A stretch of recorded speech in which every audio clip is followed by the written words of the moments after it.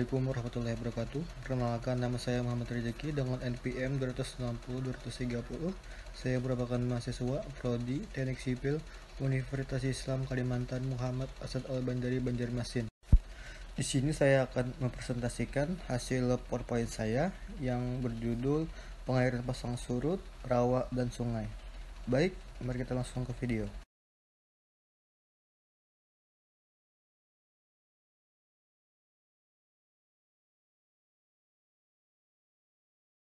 Rawa, lahan dengan topografi relatif datar dengan genangan-genangan yang terjadi secara alami dan terus-menerus akibat drainase yang terhambat, serta mempunyai karakteristik khas secara fisik, kimiawi, dan biologi.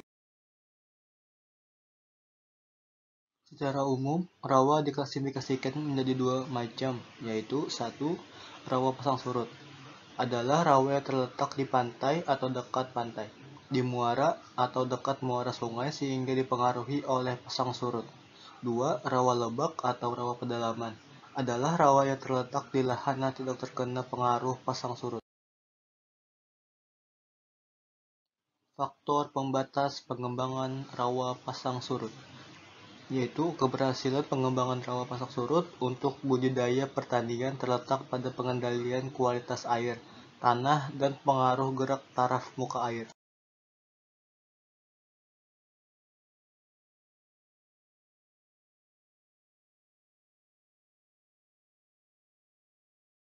Kendala-kendala yang harus diatasi adalah yaitu 1.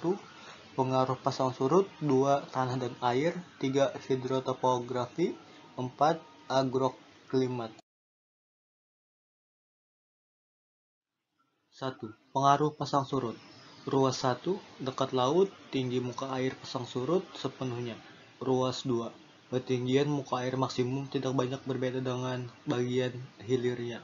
Ruas 3, tinggi muka air masih dipengaruhi pasang surut. Menurut Job Hughes 1936 dalam Muhammad Kifani 1998, daerah pasang surut adalah daerah yang sistem pengairannya sangat dipengaruhi oleh air pasang surut dan sedikit sekali dipengaruhi oleh air hujan, dan daerah ini hanya kurang lebih 5 km dari tepi sungai. 2. Tanah dan air. Berdasarkan keberadaan dan kedalaman lapisan yang mengandung pirit, tanah mineral dibedakan atas 2, yaitu tanah potensial atau tanah bukan sulfat masam, dan 2. Tanah sulfat masam. Pirit di dalam tanah dapat ditandai dengan 1. Adanya rumput purun atau rumput bulu babi, menunjukkan ada pirit di dalam tanah yang telah mengalami kekeringan dan menimbulkan cat besi dan asam belerang. 2. Bongkah tanah berbercak kuning jerami di tanggul saluran atau jalan, menunjukkan adanya pirit yang berubah warna menjadi kuning setelah terkena udara. 3. Adanya sisa-sisa kulit atau ranting kayu yang hitam seperti arang dalam tanah. Biasanya di sekitarnya ada bercak kuning jerami. 4. Tanah berbau busuk atau seperti telur busuk, maka zat asam belerangnya banyak. Air di tanah tersebut harus dibuang dengan membuat saluran cacing dan diganti dengan air baru dari air hujan atau saluran.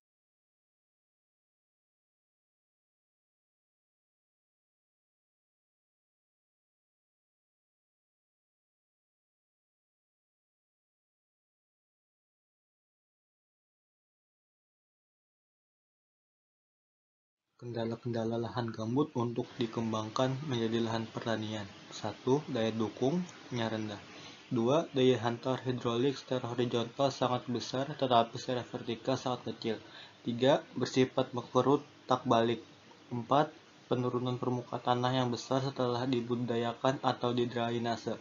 5. Charge clay yang merupakan jenis tanah yang berbahaya dan yang sangat membatasi ruang gerak usaha pemanfaatan lahan rawa pasang surut. Secara umum, lapisan tanah di lahan basah dikatakan bahwa di lapisan bawah diperoleh tanah lempung, fisik jelek, kimiawi miskin, dan di beberapa tempat terdapat tanah sulfat masam. Sedangkan di lapisan atas diperoleh tanah gambut, kandungan hara hanya sedikit yang siap pakai untuk tanaman. 2. Cara pengelolaan air dan tanah di daerah rawa dipengaruhi oleh permukaan air sungai, air payau yang masuk, iklim, dan jenis tanah.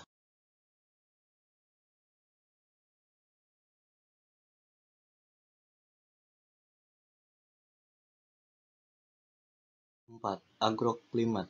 Jumlah distribusi dan variasi musiman, dari hujan dan lamanya periode kering diketahui sebagai faktor yang menentukan ketersediaan air dan demikian pula dalam kaitannya dengan pemilihan jenis tanaman dan pola pertanaman. Tabel kemungkinan musim tanam, intensitas tanam, dan sistem budidaya padi pada berbagai mintakat agrolimat.